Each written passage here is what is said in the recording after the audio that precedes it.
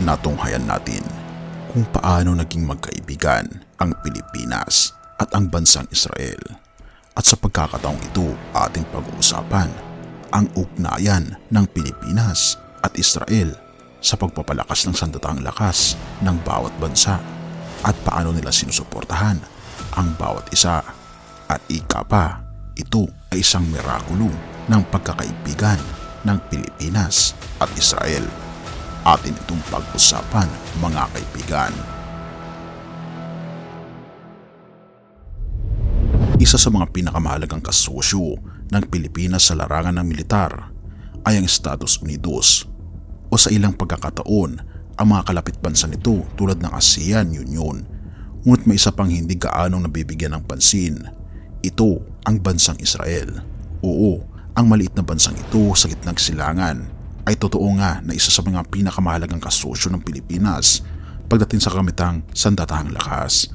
Para sa mga hindi masyadong nakakaalam, ang Israel ay laging nakatuon sa pag-unlad ng teknolohiya, lalong higit sa aspeto ng militar. Isang bansa na madalas na nauurong sa hidwaan.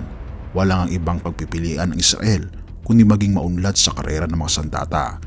Kaya naman nang magsimula ang pamahalaan ng Pilipinas na hanapin ang mga kasosyo para sa modernization ng kanilang militar, naging malakas na kandidato ang bansang Israel.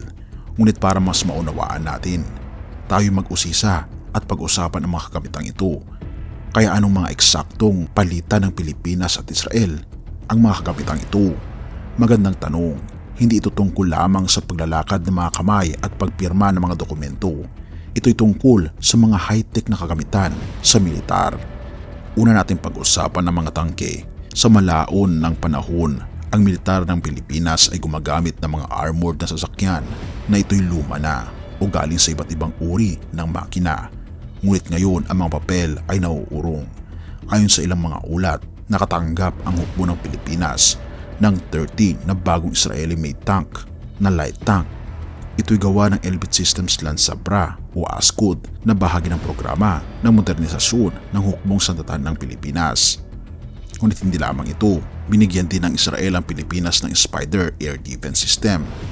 Ngayon, ang depensang panghimpapawid ay mahalaga para sa alinmang bansa, ngunit para sa isang kapuluan tulad ng Pilipinas na may maraming isla at malawak na baybayin, ito'y mas mahalaga pa sa ating bansa. Ayon sa mga ulat, ang mga sistemang ito ng depensang panghimpapawid ay inaasahang magtatanggol sa tinatawag na sentro ng kalakasan ng bansa. Ang mga kagamitang ito ay isang mobile na sistema ng depensang panghimpapawid at missile na dinisenyo upang protektahan ang mga kritikal na pasilidad, mga lupaing may fixed asset, mga mobilang plataporma at ang mga kalyado mula sa mga panganib sa himpapawid tulad ng mga combating eroplano, mga eroplanong pang-atake, mga unmanned aerial vehicle, rocket at iba pa. At ganoon din sa wakas noong taong 2022, ang Pilipinas kasama ang Singapore na dalawa lamang sa bansa sa Timog Silangang Asya na may kagamitang ito. Upang bigyang diin ang kahalagan nito, ipinahayag din ng Pilipinas na ang kontrata para sa sistemang panghimpapawid na ito ay nagkakahalaga ng halos 6.8 billion peso na converted sa Philippine peso.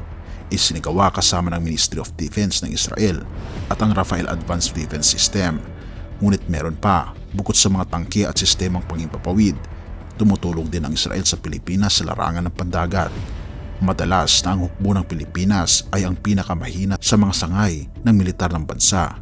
Ngunit nagbabago na ito. Ayon sa isang artikulo na nailathala ng Esquire Magazine, ibinigay ng Israel ang isang shipyard sa Pilipinas. Ang shipyard na ito na ginamit nila sa Pilipinas ay gumawa ng isang missile boat.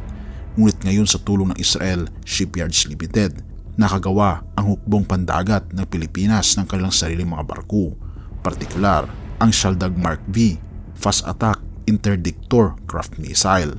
Isa itong napakalaking tagumpay, ngunit hindi ito ang tanging mahalagang balita patungkol sa hukbong pandagat ng Pilipinas.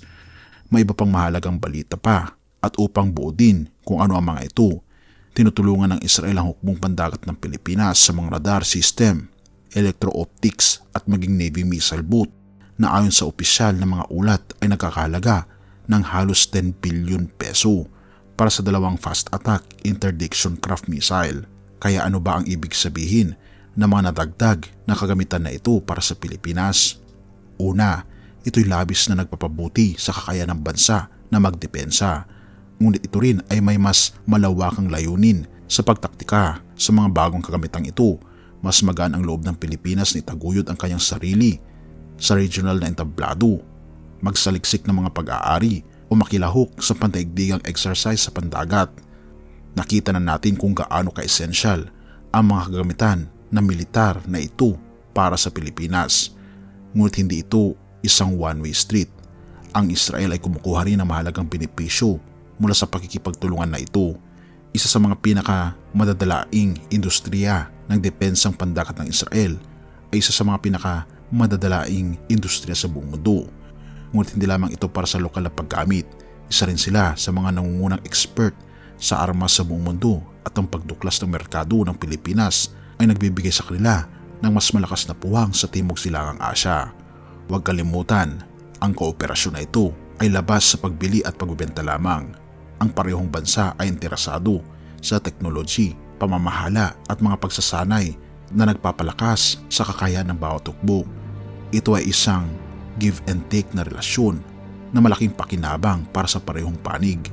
Nakapag-usisa na tayo tungkol sa mga kagamitan, kahit ilipat natin ang ating atensyon sa taktika. Kapag nakakamayan ang Pilipinas at Israel sa mga kasunduang pagdepensa, kinikilala ito ng mundo. Ito ay sapagkat ang pakipag-alyansa na ito ay hindi nangyayari sa isang kanto lamang. Ito ay nangyayari sa isang daigdig kung saan ang mga alliance ay nagbabago at ang mga dating kaaway ay binubusisi ang kanilang mga pananaw. Una, binabago ng alyansang ito ang laro para sa mga relasyon ng Pilipinas sa rehiyon, lalong-lalo na sa China. Ang alitan sa South China Sea ay laging isang malaking issue at nagbabago ito base na rin sa kagamitan ng Pilipinas. Matagal ng kaalyado ng Israel at ng Pilipinas ang Estados Unidos. Kaya nga naman napakalaki rin ang role ng United States of America sa tagpuan ng Israel at Pilipinas. Idagdag pa natin ang tulong na ginawa ng Pilipinas para sa mga Hudyo na kinukup natin sa Pilipinas noong panahon ni President Manuel Quezon. Kaya naman hindi may pagkakaila na ang bansang Pilipinas at Israel ay dalawang bansa ay malapit na loob sa isa't isa. Kawikaan 17 verse 17, ang kaibigan ay nagmamahal sa lahat ng panahon at nagkaroon tayo ng kapatid upang sa kagipitan ay tumulong. Mga kaibigan, hindi lahat ng panahon ay tayo ay malakas dahil maraming pagkakataon din na tayo'y mahina at dito kailangan natin ng mga kaibigan. Ngunit tayo nagpapasalamat dahil meron tayong isang kaibigan na kailanman ay hindi tayo nilulubayan. Ito ay ang ating Panginoong Diyos, ang ating Panginoong Jesucristo na siyang tunay na nagmamahal sa iyo. Purihin ang ating Panginoong Diyos at salamat kaibigan sa iyong panonood. Tayo'y manalangin. Ama naming banal, mga pangyarihan naming Diyos, kami po'y lubos na nagpapasalamat sa inyo dahil kayo po ang tunay naming kaibigan. Ang kaibigan na hindi kami nilulubayan. Ang kaibigan na lubos naming maasahan. Ang kaibigan na siyang nakakaalam ng aming mga pangangailangan. Panginoon, hindi po namin masusuklian ang iyo pong pag-ibig sa amin. Ngunit nais po naming ipabatid na kami po, Panginoon, ay magiging loyal sa inyo, na kayo lamang po ang aming magiging Diyos, na kayo lamang po ang aming pupurihin at sasambahin magpakailanpaman. Purihin ka, o aming Panginoong Diyos, at patawarin po kami sa lahat ng aming pagkukulang at pagkakasala, pagkat ito ay aming samutiling sa matamis na pangalan ng aming Panginoong Jesus. Amen.